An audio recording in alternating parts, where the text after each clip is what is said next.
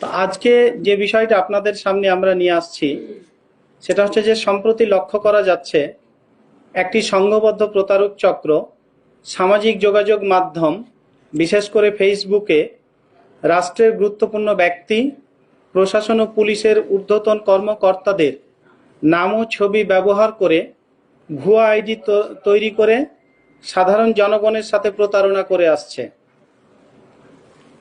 এই তথ্যের ভিত্তিতে ডিবি কর্তৃক সোশ্যাল মিডিয়া মনিটরিং কার্যক্রম নিয়মিতভাবে পরিচালনা করা হয়।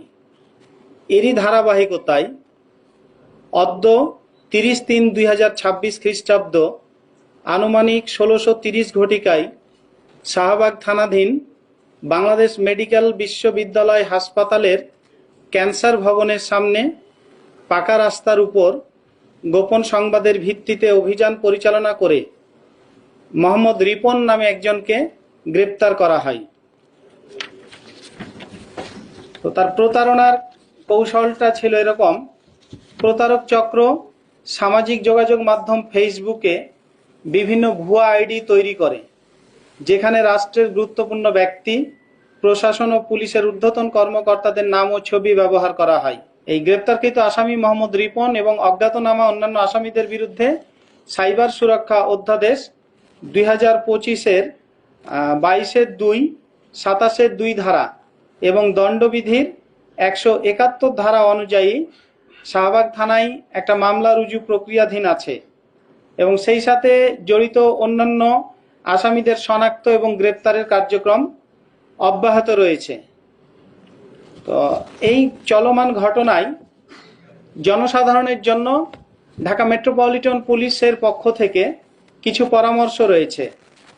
এই পরামর্শগুলো হলো: সামাজিক যোগাযোগ মাধ্যমে যাচাইবিহীন আইডি বা প্রোফাইলের সাথে যোগাযোগ করা থেকে বিরত থাকতে হবে। রাষ্ট্রের গুরুত্বপূর্ণ ব্যক্তিদের নামে কোনো আর্থিক লেনদেনের অনুরোধ পেলে তা যথাযথভাবে যাচাই করতে হবে।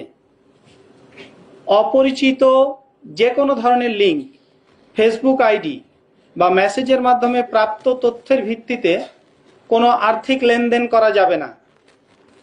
সন্দেহজনক কোনো কার্যকলাপ পরিলক্ষিত হলে সাথে সাথে নিকটস্থ থানায় অথবা আইন শৃঙ্খলা রক্ষাকারী বাহিনীকে অবহিত করতে হবে।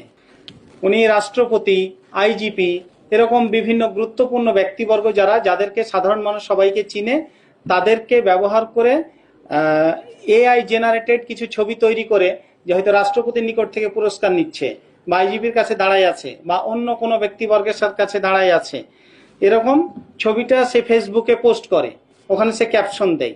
তো এটার মাধ্যমে মানুষ যেন বিশ্বাস স্থাপন করে যে এটা সত্যি। আমি যেমন আপনাদেরকে আমার ব্রিফিংয়ে বলেছি যে ডাক্তার আয়েশা খাতুন নামে সে একটা ফেসবুক আইডি, মূলত আমরা যেটা লগ ইন অবস্থায় পেয়েছি যে ডাক্তার আয়েশা খাতুন একজন প্রথিতযশা ডক্টর।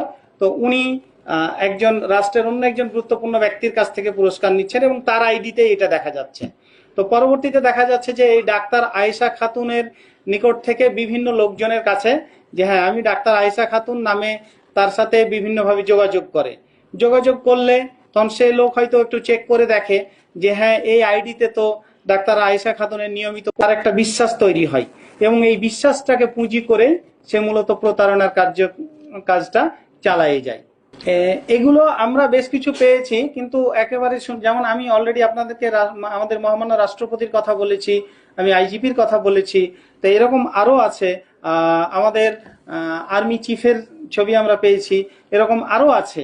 তো এগুলো আমরা বিষয়গুলো যেহেতু আমরা আমাদের এর মধ্যেই আছে, এখনো বিশ্লেষণের মধ্যে আছে, এগুলো পরবর্তীতে হয়তো আপনাদেরকে আরো ডিটেইলস আমরা দিতে পারবো।